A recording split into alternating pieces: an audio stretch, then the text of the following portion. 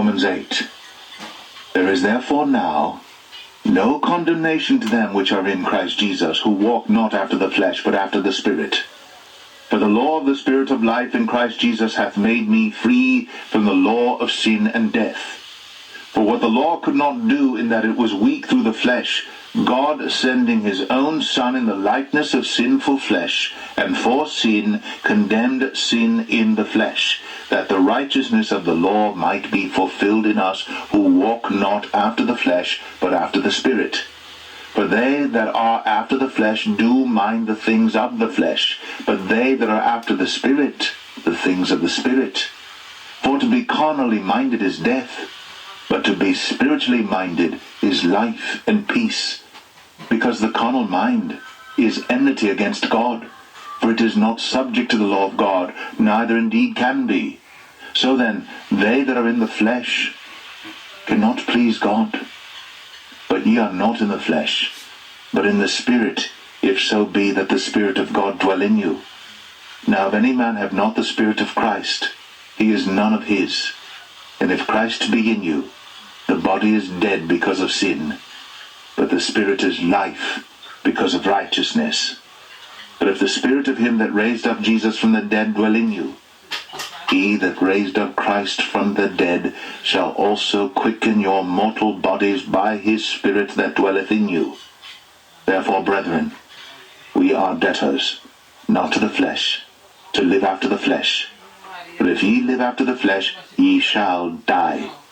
But if ye through the Spirit do mortify the deeds of the body, ye shall live. For as many as are led by the Spirit of God, they are the sons of God. For ye have not received the spirit of bondage again to fear, but ye have received the Spirit of adoption, whereby we cry, Abba, Father. The Spirit itself beareth witness with our spirit that we are the children of God. And if children, then heirs, heirs of God, and joint heirs with Christ, if so be that we suffer with him, that we may be also glorified together. For I reckon that the sufferings of this present time are not worthy to be compared with the glory which shall be revealed in us. For the earnest expectation of the creature waiteth for the manifestation of the sons of God. For the creature was made subject to vanity, not willingly, but by reason of him who hath subjected the same, in hope, because the creature itself also shall be delivered from the bondage of corruption into the glorious liberty of the children of God. For we know that the whole creation groaneth and travaileth in pain together until now. And not only they, but ourselves also, which have the first fruits of the Spirit, even we ourselves groan within ourselves, waiting for the adoption, to wit, the redemption of our body. For we are saved by hope. But hope that is seen is not hope. For what a man seeth, why doth he yet hope for? But if we hope for that we see not, then do we with patience wait for it. Likewise, the Spirit also helpeth our infirmities. For we know not what we should pray for as we ought, but the Spirit itself maketh intercession for us with groanings which cannot be uttered. And he that searcheth the hearts knoweth what is the mind of the Spirit, because he maketh intercession for the saints according to the will of God. And we know that all things work together for good to them that love God, to them who are the called according to his purpose.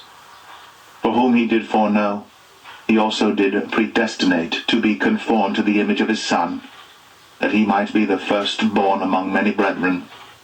Moreover, whom he did predestinate, them he also called, and whom he called, them he also justified, and whom he justified, them he also glorified. What shall we then say to these things? If God be for us, who can be against us?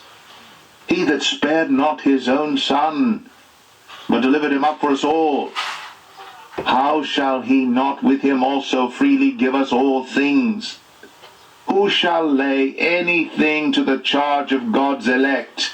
It is God that justifieth. Who is he that condemneth?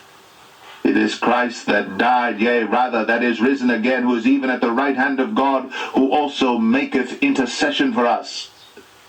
Who shall separate us from the love of Christ? shall tribulation, or distress, or persecution, or famine, or nakedness, or peril, or sword? As it is written, for thy sake we are killed all the day long. We are accounted as sheep for the slaughter. Nay, in all these things we are more than conquerors through him that loved us.